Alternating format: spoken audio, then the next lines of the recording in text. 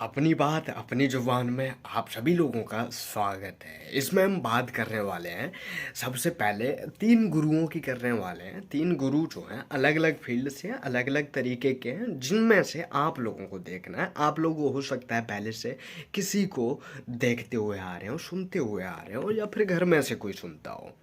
तीनों में से अभी दो जो हैं उनको मरवा दिया जा चुका है, या वो स्वर्ग से धार गए हैं, या फिर वो इस ज़िंदगी में नहीं है अब। ठीक है। जब वो थे बहुत अच्छे तरीके से उन्होंने काम किया, क्रांतिकारी रूप से रहे, जैसा वो चाहते थे वैसा करके गए। जिनमें से पहले का नाम है राजीव दीक्षित। राजीव दीक्षित ने बहुत अच्छा काम किया एक क्रांतिकारी रूप में। जितना भी अपना कल्चर था वो पुराना कल्चर लाना चाहते थे, लेकिन उनकी जो क्रांति थी कहीं पेप्सी के ऊपर थी, कहीं पुराने प्रोडक्टों के ऊपर थी, कहीं किसी प्रोडक्ट के ऊपर, कहीं किसी चीज़ के ऊपर, जो कि विदेशियाँ थी, जो इंडिया में अपना घर बना रही थी, और इंडियन जो चीज़ है, इंडियन कल्चर है, वो दब रहा था। तो और वो विदेशी कल्चर लाना नहीं चाह रहे थे, जिसकी वजह से उनको कुछ कंपनियों के द्वारा, ऐसा माना जाता है, या फिर कुछ लोगों के द्वारा ख़त्म करवा दिया गया। उनके अलावा दूसरे जो हैं ओशो रजनीश के बारे में बताया जाता है, वो रियलिटी भी है। ये एक भगवान थे। आप सुनोगे तो खुद पता लग जाएगा कि सच में उनकी जो बातें हैं भगवान से कम नहीं है। लेकिन वो भगवान में बिलीव नहीं करते थे। भगवान को तो उन्होंने माना ही नहीं, उनको तो धो धो के रख दिया है, किसी भी भगवान को। अब चाहे बाइबल का हो, चाहे विदेशियों का हो, चाहे अंग्रेज़ों का हो, चाहे ईसाइयों का हो, चाहे हिंदुओं का हो, सबको उन्होंने एक फैक्ट के साथ बताया है।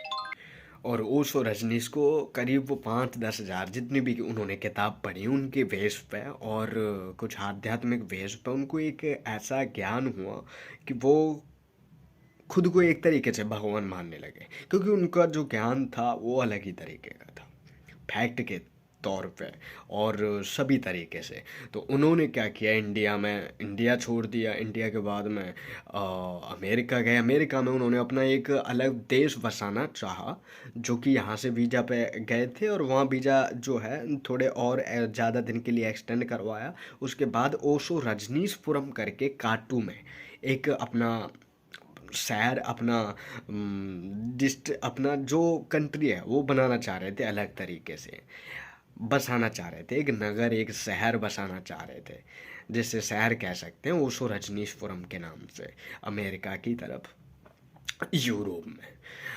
लेकिन वहाँ से वहाँ के लोगों की कम्युनिटी और वहाँ के लोग जो थे पागल हो रहे थे इनके पीछे। तो अमेरिका और वो दो यूरोप के कुछ देशों ने और सरकारों ने मिल के उनको धीमा जहर दिया, जो कि इसकी पुष्टि जो थी वो इंडिया में आने के बाद की गई, कि उनके ब्लड में धीमा जहर मिला हुआ है और वो ज़्यादा दिन तक नहीं जी पाएंगे। लेकिन हो सकता है उनको खुद को भी पता हो ये चीज़।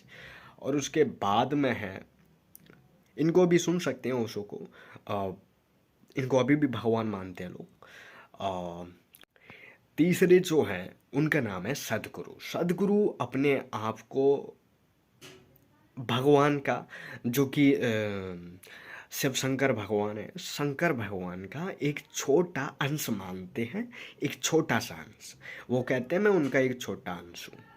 और वो सच में बहुत अच्छा काम कर रहे हैं। एक अगस्त मुनु ने जो काम किया था अपने धर्म को, अपने सनातन धर्म को फैलाने का, वही प्रचार करने का, वही वो कर रहे हैं, फैला रहे हैं। तो इन तीनों गुरुओं में से किसी को भी आपको देखना चाहिए यार। तीनों ही अपने महान गुरु हैं, अपने संस्कृति को फैला रहे हैं, अपने देश को बढ़ा रहे हैं, लोगों का विश्वास है इनमें।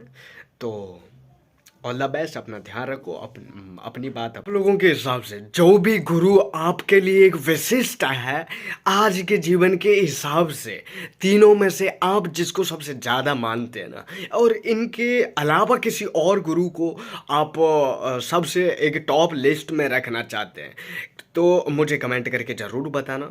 इसमें अपनी मन की बात अपनी ज़ुबान से आप लिख करके करोगे ना कमेंट, मज़ा आएगा, जिससे कि और भी लोगों को पता चलेगा। वैसे देखो, ये तीनों ही गुरु एक तरीके से बहुत ही एक क्रांतिकारी तरीके से हैं। एक दो आध्यात्मिक जो है लेवल को ऊपर बढ़ाते हैं, और एक जो है वो अपने कल्चर को बढ़ा रहे थे, लेकिन इंडिया में दोनों विदेशों में भी फैला है और अभी भी फैला रहे हैं। सदगुरु जो है अभी भी मतलब जाते रहते हैं अपने कॉन्सेंट वगैरह करने के लिए।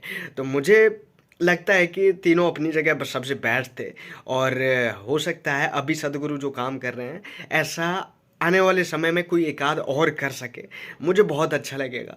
आप लोग बताना ऐसा कोई और रह गया हो जो मैंने ना बताया हो उसके बारे में।